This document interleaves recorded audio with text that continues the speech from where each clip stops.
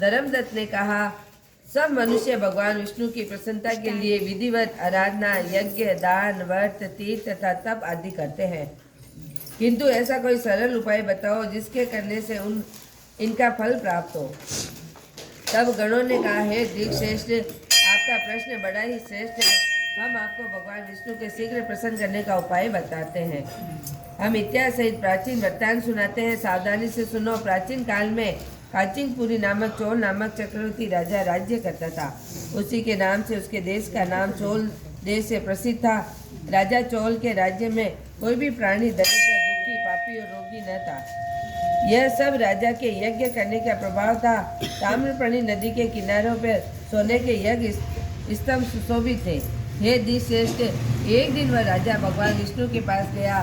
भगवान उस समय शेष शैया पर योग निद्रा बस सो रहे थे। राजा ने उनकी मणियों, मोतियों के, स्वर्ण, दिव्य फूलों के द्वारा पूजा और साष्टांग प्रणाम करके भगवान के चरणों के पास बैठ गया। थोड़ी देर के बाद राजा अपनी नगरी कांचीपुरी के ब्राह्मण विष्णुदास के वहां आते हुए देखा। विष्णुदास भगवान की पूजा के लिए तुलसी दल और जल का लिया था। विष्णुदास ने आकर भगवान विष्णु के सूत्र मंत्रों के द्वारा स्नान करवाकर मंदिर तथा दलों से उनका विधि पूर्वक पूजन किया। विष्णुदास के चढ़ाए हुए दलों से राजा के चढ़ाए हुए मणि, मोती और स्वर्ण फूल दग्ध कर गए। राजा यह देखकर क्रोध से भर गया। ढोंगी मूर्ख, तूने मेरी चढ़ाई हुई मणियों, मोतियों और सोने के फूलों और तुलसी के दल अपने सारे फूलों को ढक दिया।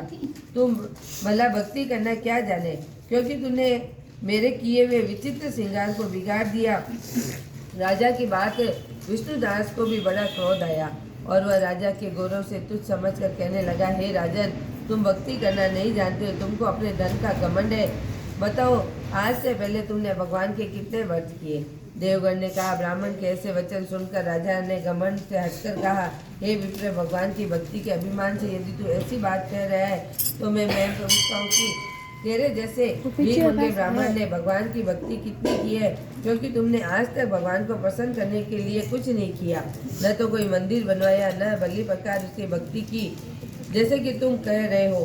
क्या गर्व कर रहे हो? यहाँ जितने ब्राह्मण बैठे हैं, मेरी बात ध्यान से पूर्वक सुनो और देखो, भगवान विष्णु के दर्शन मुझे होते हैं या इसके बाद इन दोनों भक्ति के संबंधी आप लोग जान लेंगे।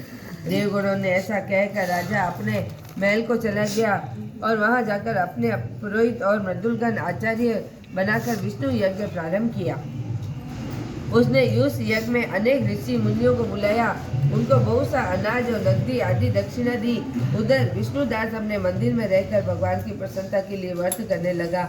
उसके माघ और कार्तिक मास के व्रत किए, तुलसी के वन में, और एकादशी को भगवान विष्णु के द्वादशी को अक्षर मंत्र का जाप किया। वह भगवान के प्रसन्न करने के लिए गीता गाता रहा और नृत्य करता रहा, नित्य प्रति व्रत करता रहा, भूमि पर सोता रहा और हर समय भगवान को प्रसन्न करने के लिए माघ और कार्तिक के व्रत किए। इन व्रतों के नियमों का पालन किया और उद्यापन भी किया। और इस प्रकार राजा चोल और विष्णुदास के द्वारा आराधना करते हुए बहुत दिन बीत गए। बोलो विष्णु भगवान की।